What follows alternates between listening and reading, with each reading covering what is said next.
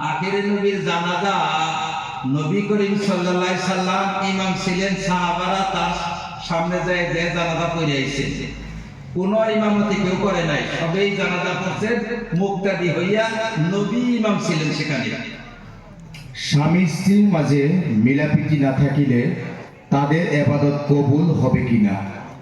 স্বামী স্ত্রীর মধ্যে যদি ঝগড়া বিবাদ লাগিয়া থাকে, মনোমালিন্য থাকে, যত সময় পর্যন্ত স্ত্রী মনোমালিন্য দূর না কইরা স্বামীকে রাজি না করবে, ততক্ষণ পর্যন্ত স্ত্রীর কোনো ইবাদত কবুল হবে না। হায়াত মৌত আল্লাহর ইচ্ছা অনুযায়ী হয়।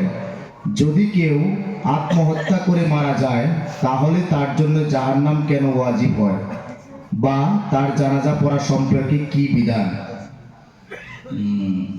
হায়াত মৌত আল্লাহর হাতে। কোন মানুষ যদি কোন মানুষকে আঘাত করে, গুলি মারে, কোন ছুরিকে আঘাত করে, বা আরো কিবা আঘাত করে, বা নিজেই নিজের উপরে আঘাত করলো, আত্মহত্যা করলো, এইটাকে মৌত বলে না। এটা মৌতের মাধ্যম অবলম্বন করা। মাধ্যম তো বান্দা অবলম্বন করতে পারে, কিন্তু মৌতের মালিক আল্লাহ। আল্লাহ কোনো মাধ্যমের মৌত দেন। যেমন আমরা হাল বাই, হাল বাইলেই ধান হবে হবে না। ধান দাতা, ফসল দাতা আল্লাহ, হাল আমি বাইছি। এরকম সব কাজের কিছু মাধ্যম থাকে। মৃত্যুর আসবাব বা মাধ্যম অবলম্বন করছে, কিন্তু এই মাধ্যমে যদি আল্লাহ মৃত্যু দেন, মৃত্যু হবে। আল্লাহ মৃত্যু না দিলে এখনো মৃত্যু হবে না। গুলি করলেও মৃত্যু হবে না আল্লাহ মৃত্যু না দিলে। মৃত্যু হায়াত মৌতের মালিক আল্লাহ, কিন্তু আল্লাহ তাআলা আমানত হয়েছে আমাদের দেহটা, আমাদের জীবন আমাদের কাছে আল্লাহ আমানত দিছে। আমাদের জীবন হেফাজত করা আল্লাহর হুকুম। আমি যদি আমার জীবনকে নষ্ট করি, আমি আত্মহত্যা করি, আমার কোনো অঙ্গ নষ্ট করি, এটার হিসাব আল্লাহর কাছে দিতে হবে। সেই জন্য পাপী হয়, শাস্তি বহন করতে হবে। আপনি যেভাবে আপনার অঙ্গহানি করবেন, যেভাবে আপনি আত্মহত্যা করবেন, সেই আযাবটা পরকালে আপনাকে ভোগ করতে হবে, দীর্ঘদিন ভোগ করতে হবে। এটা হলো আপনি অবলম্বন করার জন্য, আপনি আসবাব অবলম্বন করার জন্য।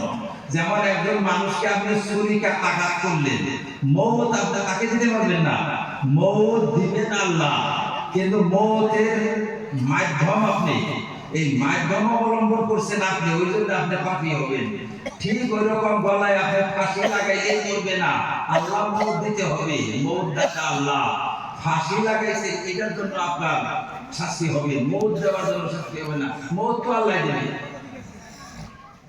ছেলে বা মেয়ের আকিকা সম্পর্কে ও মাংস বিতরণ সম্পর্কে বিধান কি? আকিকা ছেলে মেয়ে উভয়েরই আকিকা করা মুস্তাহাব। ছেলের জন্য মেয়ের জন্য একটা ছাগলেই হয়ে যায়, তবে ছেলের জন্য দুইটা ছাগল মুস্তাহাব, জরুরি না, মুস্তাহাব, ভালো, এতটুকু।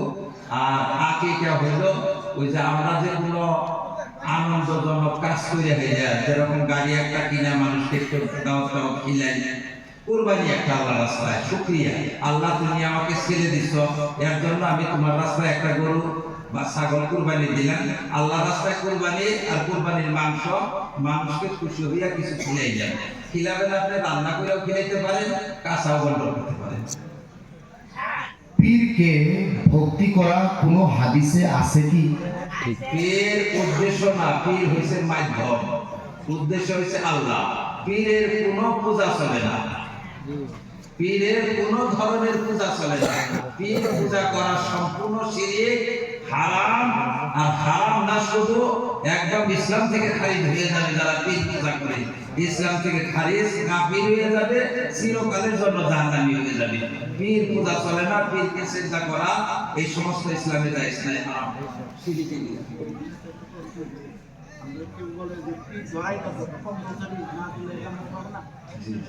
পীর ধরাটা কি?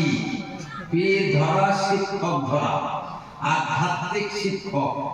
আপনি যদি স্কুলের শিক্ষকের কাছে যান, লেখাপড়া হবে, স্কুলে না গেলে মূর্খ থাকবেন, এটাই লোকসান।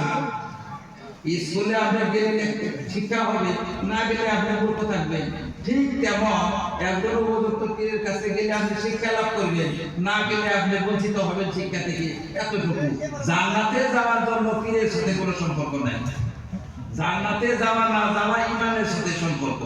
ইমান আছে আপনি জান্নাতে যাবেন, ইমান নাই আপনি জান্নাতে যাবেন না। মহিলাদের তালিম করা জায়েজ কিনা?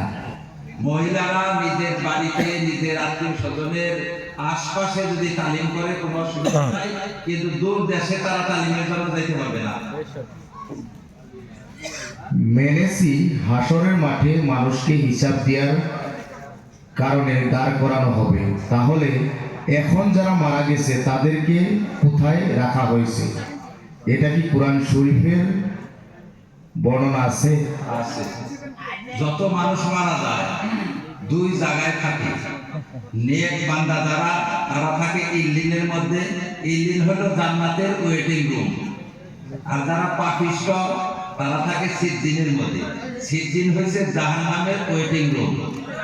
ওই রুমে অপেক্ষা আছে, পরে জাহান্নামে ঢুকবে। সিজ্জিনে থাকে অথবা ইল্লিনে থাকে। ইল্লিন খুব শান্তির জায়গা, সিজ্জিন খুব দুঃখের জায়গা।